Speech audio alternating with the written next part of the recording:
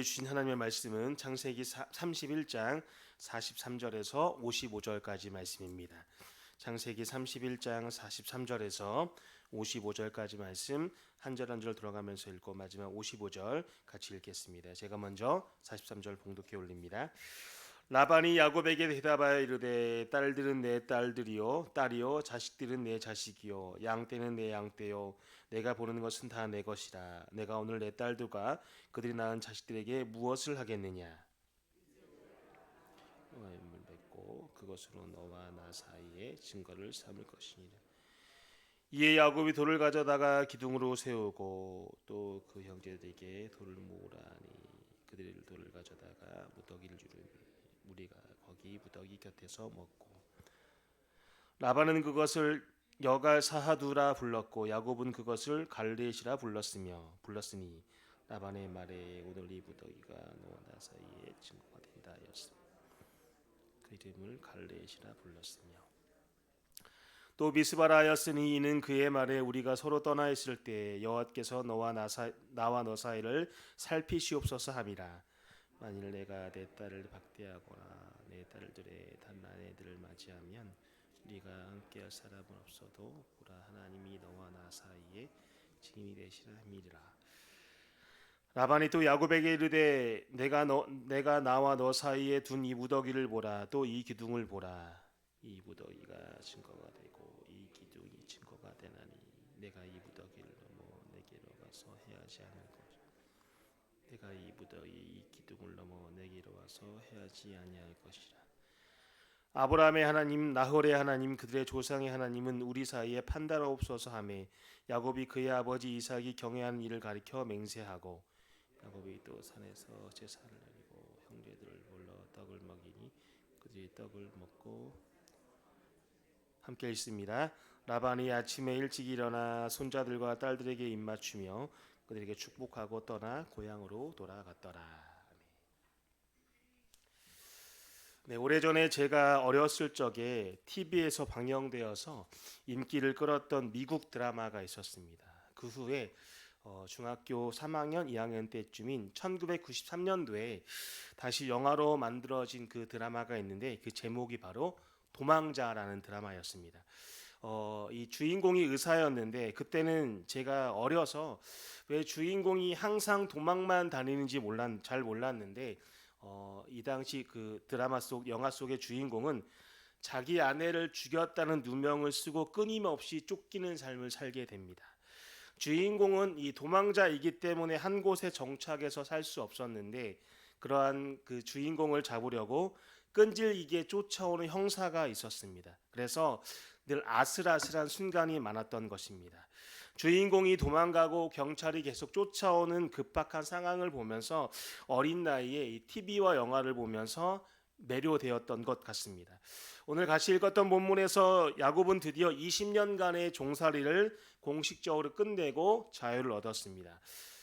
한 번 해병은 영원한 해병이란 말을 흔히 하는데 한 번 라반의 종이면 영원한 라반의 종이라고 할 수 있을 정도로 성경 속의 라반은 굉장히 지독한 사람이었습니다. 당시 라반의 종이 된 후에 자유를 얻어서 떠난 사람이 아무도 없을 정도로 라반은 아주 지독한 사람이었는데 그러한 라반에게서 드디어 자유를 얻은 것입니다. 라반이 두 눈 뜨고 살아있음에도 불구하고 자유를 얻었다는 것입니다. 어제 같이 읽었던 본문에서 야곱 일행을 추격해온 라반은 도둑맞은 자신의 드라빔을 찾았지만 드라빔이 발견되지 않았고 이에 야곱은 라반에게 불같이 화를 내면서 그의 잘못을 지적하게 됩니다. 그러자 라반이 뭐라고 합니까? 우리 본문 43절과 44절 같이 읽겠습니다. 라반이 야곱에게 대답하여 이르되 딸들은 내 딸이요 자식들은 내 자식이요 양떼는 내 양떼요 내가 보는 것은 다 내 것이라. 내가 오늘 내 딸들과 그들이 낳은 자식들에게 무엇을 하겠느냐. 이제 오라 나와 내가 언약을 맺고 그것으로 너와 나 사이에 증거를 삼을 것이니라. 이 말이 무슨 뜻이냐 하면 원래 라반은 야곱을 놓아줄 생각이 전혀 없었다는 말입니다. 라반이 야곱에게 내가 보는 것은 다 내 것이라고 한 말을 보면 전부 다 내 거고 네 것은 야곱 내 것은 아무것도 없다라는 뜻입니다. 라반은 야곱이 결혼한 아내들과 낳은 자녀들이 야곱의 소유가 아니라 자기 라반의 소유라고 주장합니다. 그러니까 평생 이 조카 야곱을 종으로 부려먹기 위해서 딸들도 주고 자식도 낳게 하고 재산도 모으게 했다라는 것을 알 수 있습니다. 라반은 야곱을 놓아줄 생각이 전혀 없었습니다. 그러던 라반이 이제 본문에서 뭐하라고 합니까? 먼저 44절에 보게 되면 언약을 세우자고 제안합니다. 왜 그러냐 하면 라반은 자기가 이제 야곱을 평생 종으로 부릴 수 없다는 것을 확실하게 알았기 때문입니다. 아무리 자기 딸들이고 아무리 자기 자녀들이라 주장을 하여도 그들 중에 라반의 집으로 돌아가고 싶어하는 사람은 아무도 없었다는 것입니다. 정 끌고 가고 싶으면 무력을 사용해야 하는데 그렇게 하게 되면 야곱의 하나님이 무서웠던 것이죠. 그래서 야곱을 포기하고 언약을 세워서 돌려보낼 수밖에 없었던 것입니다. 만일 라반이 야곱을 포기하지 못하고 끝까지 힘으로 밀어붙였더라면 어떻게 되었겠습니까? 아마도 하나님께서 이 라반을 심판하시고 죽게 만드셨을 것입니다. 라반이 야곱을 쫓아오기 전날 밤에 하나님께서 창세기 31장 24절 가운데 보게 되면 꿈에 나타나셨을 때 어떤 방식인지는 모르겠지만 분명히 라반에게 징계를 내리시고 엄청난 고통을 주셨던 것이 분명합니다. 라반아 야곱을 건드리면 너는 반드시 죽는다라는 식으로 아마 하나님께서 말씀하셨을 것 같습니다. 그렇지 않고서야 라반이 이렇게 다 잡은 야곱을 순순히 그냥 보내줄 리가 없었던 것이죠. 혹시 우리가 이 세상이 너무나 재미있다라면 아직도 하나님을 떠나지 못하고 라반의 종살이를 하는 것이나 마찬가지인 것입니다. 우리가 언제 진정한 자유를 얻게 되냐 하면 세상에서 만족을 얻겠다는 시도를 포기할 때입니다.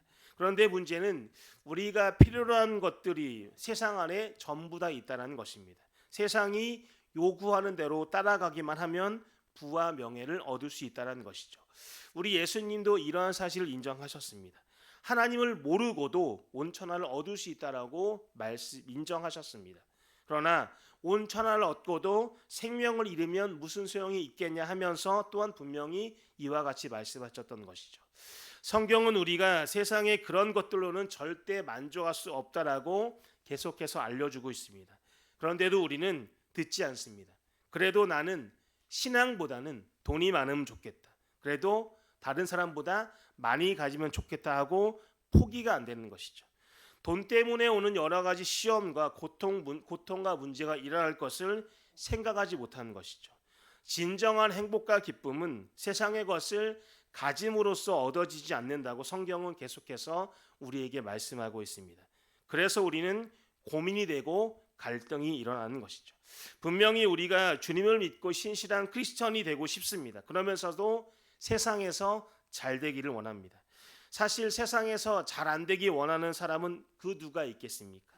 그래서 어떤 목표를 추구해 나가면서 그때까지는 괜찮았는데 막상 그것을 성취하고 나면 만족이 되는 게 아니라 허탈해지는 것입니다. 제가 양육하고 있는 중고등부 아이들을 보게 되면 특히 우리 고등학교 아이들은 좋은 대학에 들어가려고 열심히 무던히도 노력합니다. 공부도 열심히 하고 학원도 굉장히 열심히 다닙니다. 요즘 대한민국의 중고등부 학생들은 스펙을 쌓는다라고 해외 활동까지 갑니다. 그래서 그렇게 열심히 노력해서 대학을 들어갔는데 막상 대학에 들어가 보니까 별게 아니라는 것이죠. 그것을 미리 알고 있었던 사람이 성경 속에 솔로몬인 것입니다. 그래서 솔로몬은 이렇게 이야기합니다. 헛되고 헛되며 헛되고 헛되니 모든 것이 헛되도다라고 외쳤습니다. 솔로몬은 실제로 최고의 것들을 누려왔던 또 다 누려보았던 사람입니다. 수많은 아내들과 엄청난 지혜들 또한 명예와 권력을 다 가졌던 사람입니다. 그러나 거기에는 진정한 만족이 없었습니다. 무엇을 가짐으로써 성취함으로써의 만족이 되는 게 아니라 모두 헛됨을 솔로몬을 깨달았던 것이죠. 왜냐하면 우리 마음이 그 모든 것들을 다 합친 것보다 더 크기 때문입니다. 그러면 어떻게 해야 하냐 하면 결국 우리 마음을 채울 수 있을 만큼 큰 존재는 하나님밖에 없다는 사실을 인정해야 합니다. 그래서 우리는 하나님만 붙들어야 한다는 것이죠. 그럼 내 안에 만족감이 채워집니다. 우리의 라반은 우리를 놓아주지 않으려고 끈질기게 우리를 붙들고 있습니다. 회유하기도 하고 세상이나 좋은 것으로 끊임없이 우리를 붙잡아 놓으려고 합니다. 그러나 우리는 우리의 라반이 우리를 포기하게 만들어야 합니다. 자꾸만 뒤를 돌아보지 말고 세상이 나를 포기하게 만들 때 사실은 거기에 진정한 만족이 있고 진정한 자유가 있다는 것이죠. 이제 라반이 야곱과 더불어서 증거를 삼고자 하자 야곱은 어떻게 하냐 하면 알겠다고 당장 대답하지 않고 돌들을 가져다가 그 증거를 삼습니다. 우리 본문 45절과 46절 같이 읽겠습니다. 이에 야곱이 돌을 가져다가 기둥으로 세우고 또 그 형제들에게 돌을 모으라 하니 그들이 돌을 가져다가 무더기를 이루매 무리가 거기 무더기 곁에서 먹고라고 기록되어져 있습니다. 말로만 자유를 준다고 하고 끝낸 것이 아니라 분명한 언약을 세우고 음식을 같이 먹음으로써 언약을 확정지었습니다. 그런데 언약이 왜 필요하냐 하면 사람이 변덕스럽기 때문입니다. 말만으로는 믿을 수 없기 때문입니다. 그래서 언약을 맺어야 하고 표시를 세워야 했던 것입니다. 라반은 분명하게 약속해놓고도 수십 번씩 그 말을 바꾸는 사람입니다. 지금 당장 보내주겠다고 하지만 언제 또 말을 바꾸어서 야곱의 집으로 쳐들어와 다시 모든 것을 끌고 가겠다라면 난리를 피울지도 모르는 사람이 바로 라반인 것이죠. 그래서 야곱은 라반이 다시는 추격해오지 못하도록 증거의 돌을 세웁니다. 우리 본문 47절에서 49절 같이 한번 읽겠습니다. 라반은 그것을 여갈 사두라 불렀고 야곱은 그것을 갈레시라 불렀으며 라반의 말에 오늘 이 무더기가 너와 나 사이에 증거가 된다 하였으므로 그 이름을 갈레시라 불렀으며 또 미스바라 하였으니 이는 그의 말에 우리가 서로 떠나 있을 때에 여호와께서 나와 너 사이를 살피시옵소서 함이라. 성경의 각주를 보게 되면 여갈 사우다나 하두다나 갈레는 모두 증거의 무더기라는 뜻을 담고 있습니다. 아람어를 사용했던 라반은 여갈 사하두다라고 불렀고 히브리어를 사용했던 야곱은 갈렛이라고 불렀습니다. 둘 다 증거의 돌무더기라는 뜻을 담고 있습니다. 그런데 이 증거의 돌무더기는 무슨 뜻이냐면 이제 라반은 이 돌무더기를 넘어서 야곱을 해치고 잡으러 와서는 안 된다는 것입니다.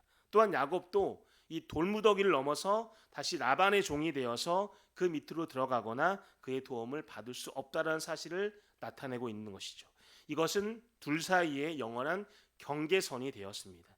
그래서 라반은 또 이렇게 말합니다. 우리 51절과 52절 같이 읽겠습니다. 라반이 또 야곱에게 이르되 내가 나와 너 사이에 둔 이 무더기를 보라. 또 이 기둥을 보라. 이 무더기가 증거가 되고 이 기둥이 증거가 되나니 내가 이 무더기를 넘어 내게로 가서 해하지 않을 것이요 내가 이 무더기 이 기둥을 넘어 내게로 와서 해하지 아니할 것이라. 야곱에게는 이 증거의 돌무더기가 바로 그런 의미가 있었습니다. 이 돌들이 세워짐으로 말미암아 이제 라반과 아무런 상관이 없는 사람이 되었던 것이죠. 라반으로부터 자유로워진 것은 좋았지만 동시에 자기가 어떤 어려움이 생겨도 더 이상 삼촌 라반에게 가서 도움을 청할 수 없게 된 상태가 되었다는 말입니다. 우리가 믿음 생활을 하면서 살아서 알지만 우리가 예수님을 믿게 되었다고 해서 모든 일이 순적하게 잘 풀리는 것은 아닙니다. 오히려 이전보다 생활도 더 어려워지고 일이 마음대로 되지 않을 수도 있습니다.